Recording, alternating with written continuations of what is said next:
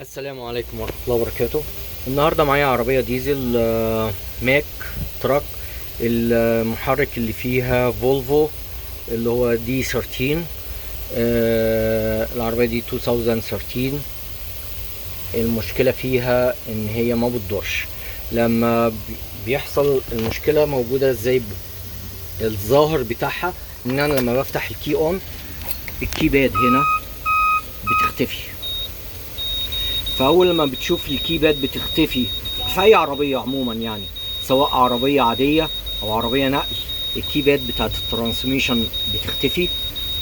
يبقى معنى كده غالبا ان هيبقى في كوميونيكيشن ايرور، يعني مشكله في الكان بتاعت العربيه، بحيث ان مش هيبقى فيه كوميونيكيشن من الترانسميشن او من الكيباد للترانسميشن موديول، او من الترانسميشن موديول للعربيه عموما للكمبيوترات التانية، وبالتالي مستحيل ان هي تدور، لان احنا عارفين ان الترانسميشن لازم يعرف البي سي ام الانجن موديول ان العربيه على البارك او النيوترال عشان تدور.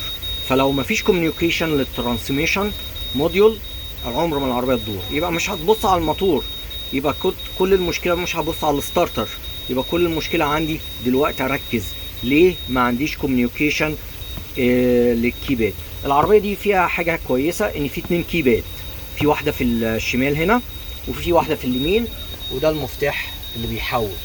فلو طبيعي لو كانت المشكله في الكيباد بس، احتمال كبير ان الكيباد التانية تبقى كويسه لو وتشتغل، بس العربيه هتدور لان الكيباد واحده بس اللي بايظه. لكن المشكله في خط الكان عموما، سواء الكيباد الكان بتاعت الكيباد او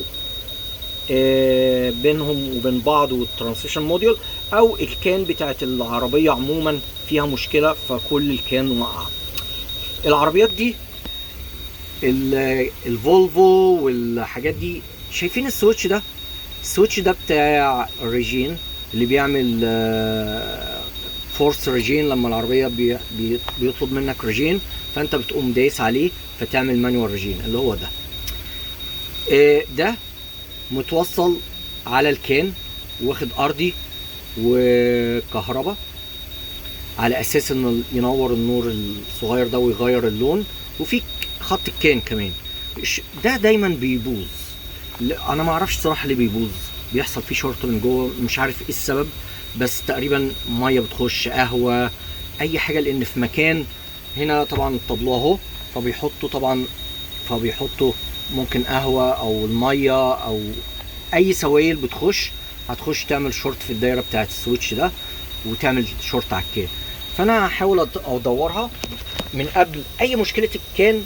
على فكره حاولوا تفصلوا الموديولز، احتمال الموديولز يبقى فيه شورت، او اي جزء متركب على الكان وشاكك فيه افصله. لو المشكله راحت وكل حاجه رجعت طبيعيه، يبقى اعرف ان الجزء ده اللي بايظ مش خط الكان. دي ابسط طريقه واسهل طريقه من غير اجهزه، من غير اي حاجه، حتى من غير كمبيوتر. فانا اهو هقفل الكونتاك واحاول ادور العربيه من غير ما اشيل السويتش. الكيون، الطابلو كل الانوار شغاله،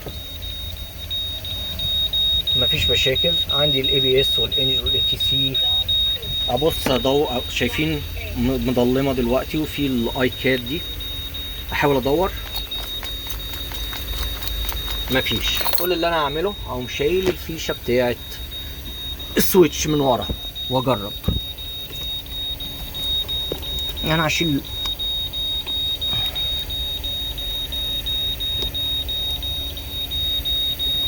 انا فصلت الفيشه. السويتش اهو بتاع الرجيم، لو احنا شايفين مش باين، معلش الدنيا ضلمه هنا. في تقريبا كام سلك؟ هعيد السلوك احسن. شايفين السلوك بتاعته؟ ادي 1 2 الاصفر والاخضر. الاصفر والاخضر اللي على اليمين دول كان، والباقي بتوع النور والكهرباء والجراوند. فلو الاتنين دول شورت هيوقعوا لي كل حاجه. اول ما شلته، ايه ده؟ الكيباد اشتغلت يا جماعه. يبقى انا كده هدور العربيه هتدور.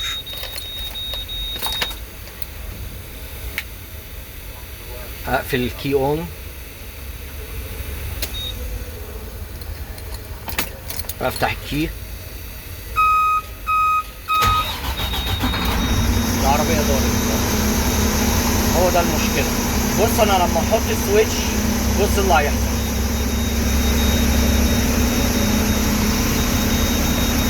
يعني احنا هنا في الان اهو، هوصل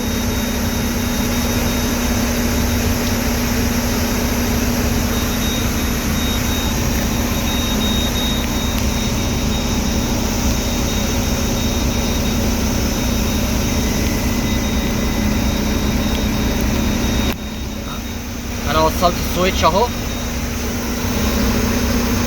افصل السويتش.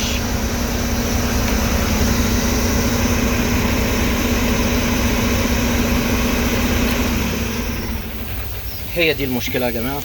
فالمشاكل دايما بتاعت الكان نحاول نشوف طبعا انا اشتغلت في العربيات دي كتير، عشان كده عارف ايه اللي متوصل على الكان.